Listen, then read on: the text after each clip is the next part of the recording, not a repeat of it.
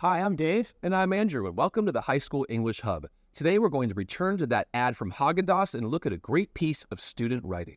Mr. Giles, before we do that, what do you say we look at the ad and talk about an important acronym we went over last class? Yeah, we like an acronym to help us deconstruct advertisements. It's a good entry point for us to look at some of the different qualities of advertisements. So here is our acronym, and we'll talk about what each one of these letters stand for. Briefly.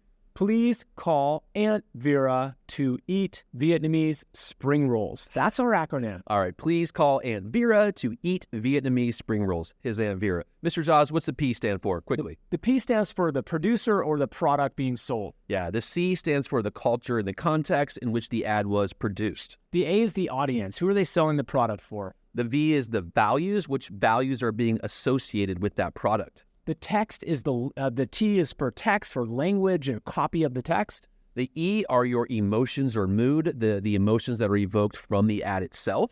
V stands for visuals or layout, thinking about it as a multimodal text. And the S stands for the subtext. What's the subtext, Mr. Giles? The subtext is the underlying message or underlying implication of the advertisement. I like that, Mr. Giles. Okay. What do you say we go ahead and take a close look at this? This is a detailed chart that our student made. Let's look at the reference. Let's look at the features they're looking at. But more importantly, let's look at that analysis and what they might be getting at. Yeah, this is a way for us to really look at visuals and language in much more detail. So the first reference is precisely crafted. This is in the copy of the text in the bottom left-hand corner. I noticed that we have this adverb of precisely, and also that whole the idea of something being crafted. This is very, the connotations of both of those words is really that they're very careful and meticulous with their work. I like that. I also like the phrase, strike the perfect note. For me, I think there's a bit of a double meaning here. You know, we have the notes that are associated with music, but when we're tasting something, you may say, oh, you know, there's a slight note of a nutty flavor there, you know, whatever some pretentious ice cream taster might say, but there is a connection between the notes of taste and the notes of musicality. Yeah, that's right. And they're helping to expand that whole visual metaphor that was a part of the ad in the visuals, and that's a double meaning. Finest ingredients is an often used expression in advertisements for food.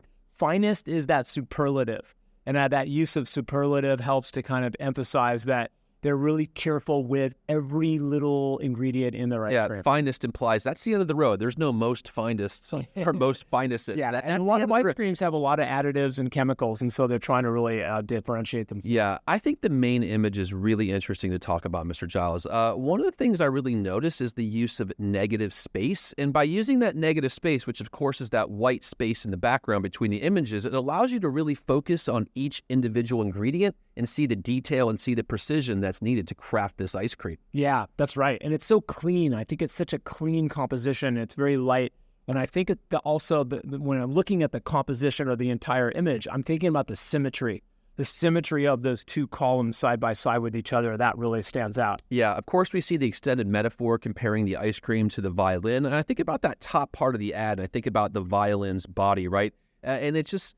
The actual core is really simple. It's just that wood with that wood frame, just like the core of the ice cream is that rich chocolate and that really creamy milk that they're using. Good point. It's like the foundation, the fundamental base of this is rooted in precision and simplicity, but elegance at the same time. Ooh, that's good. You're right. The violin is very simple when you break it down. It's only got a few different materials. But they're quality materials, right? That's great. We also know this idea of like the middle ingredients. Those middle ingredients help to kind of show the exclusiveness of the different components, especially like the vanilla bean, the peanut butter. These things are very they're essential and they're pure and they're natural in their natural state. I think that's important. Well, talking about their natural state in the end, I can't help but notice, I mean, the final product itself, I mean, we have to say that the violin and the ice cream bar, they're actually pretty similar in shape at the end, Mr. Giles, right? The way they're laid side by side. So they're kind of just finishing off that close connection, and that's supported by the actual box of ice cream in the lower right corner. And I think that really does a nice job of kind of concluding. It's sort of like their conclusion to their ad campaign there. Yeah. Let's now move to the piece of writing that was that a student put together for this particular advertisement. We see two paragraphs here, and we're just going to very briefly talk about some of the different elements that they talked about. Yeah, what do you say we go ahead and read the first paragraph aloud, Mr. Giles? I got it. Through this print ad, Haagen-Dazs suggests that, like a fine violin, Their ice cream is an exclusive product crafted with intentionality and the finest ingredients, thus resulting in excellence. The visual aspect of the ad depicts the main image of a carefully crafted violin juxtaposed with a carefully crafted ice cream bar.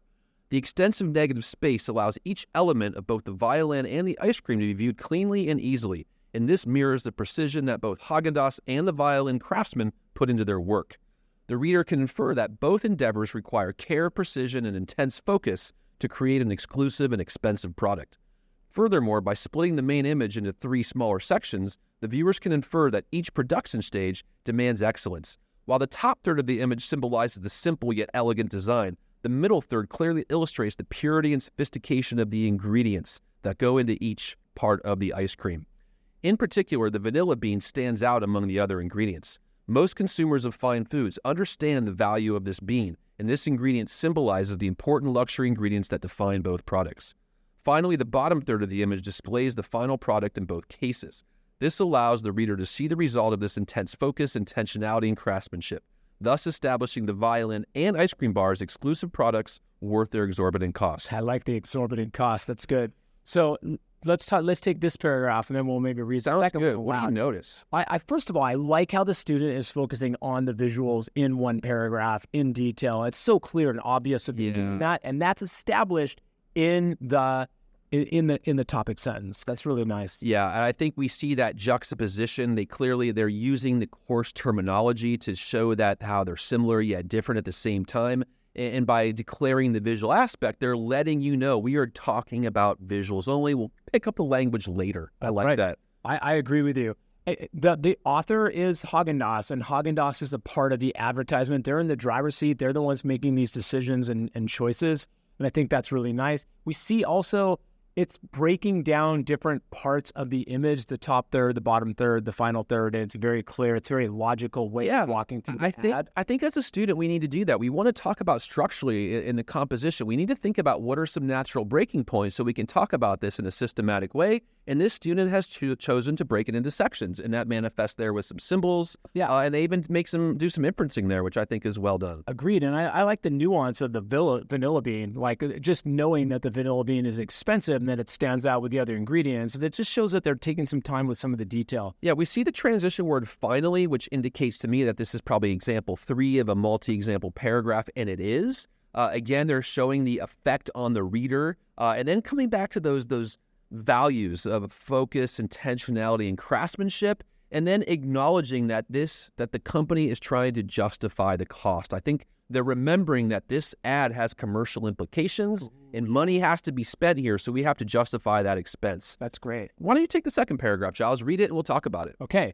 Moreover, the ad's copy also reinforces the values of precision and excellence. The phrase precisely crafted combines a strong adverb with an active verb crafted, and both words emphasize the skill and expertise needed to create the violin and the ice cream. When we craft something, we take our time to put in extra effort, and this is precisely the idea that Haagen-Dazs wants consumers to associate with their ice cream. The double meaning of the phrase strike the perfect note also adds humor to the ad, as food and wine connoisseurs often refer to notes when explaining the taste of an elegant food or beverage. This clever and intentional pun from Haagen-Dazs successfully forces the consumer to associate ice cream with another product of much higher value, thus helping reinforce their claim that Haagen-Dazs is worth the price. Lastly, the superlative of finest stands out and distinguishes both products as unparalleled and without competition. All of the instruments and ice creams on the market, the viewer is persuaded that these are of superior quality and consist of only the best ingredients. Thus, in the end, through intentional visual elements and precise language choices, Haagen-Dazs convinces the reader that their ice cream is worth the hefty price. All right, Jaws. I like the topic sentence, okay? They're talking about the copy, so I know that this time, as opposed to visuals, they're going to look at the language, and then they're going to link that to the value messages of precision and excellence. Really strong topic sentence. I agree, and I think it shows that the student has studied advertising and using the phrase copy. I think that, again, just shows they're connected to advertising as a text type. We see the discussion of the double meaning of strike the perfect note. I really like that. I think that adds some depth of thinking. I also like, previous to that, the way they actually unpack the word craft. Yeah, I was going to say that too. It says, when we craft something. I kind of like that use of inclusive language there. I think it adds a confidence and it adds some voice to the writing. And they definitely talk about that because they actually tap into that advertising technique of association and their need to do that, right? Haagen-Dazs is associating this idea of craftsmanship to their product. And I think that's really interesting. And that's really the main idea that's driven throughout this paragraph is the fact of the high precision and excellence, right? And so we see that even the phrase finest is used to help to illustrate the idea that this is a precise and excellent price. Much like the first paragraph, this paragraph ends with the word hefty price, whereas the last paragraph ended with exorbitant cost. It's almost like I wrote this because I just spent this money on my ass. Right? So you can really see that the student is making that connection between, yes, this has commercial implications, and Haagen-Dazs is going to great lengths to justify that $15 price tag for Haagen-Dazs here in ice cream. Folks, here in Thailand, rather. Yeah. Folks, in the end, we hope that you've enjoyed this video. We hope that it provided some value for you, and we hope that you're developing some confidence with your academic writing. Stay with the channel. Come on back next time, and we'll explore another text type and another piece of writing. Thanks, guys. Thanks, guys.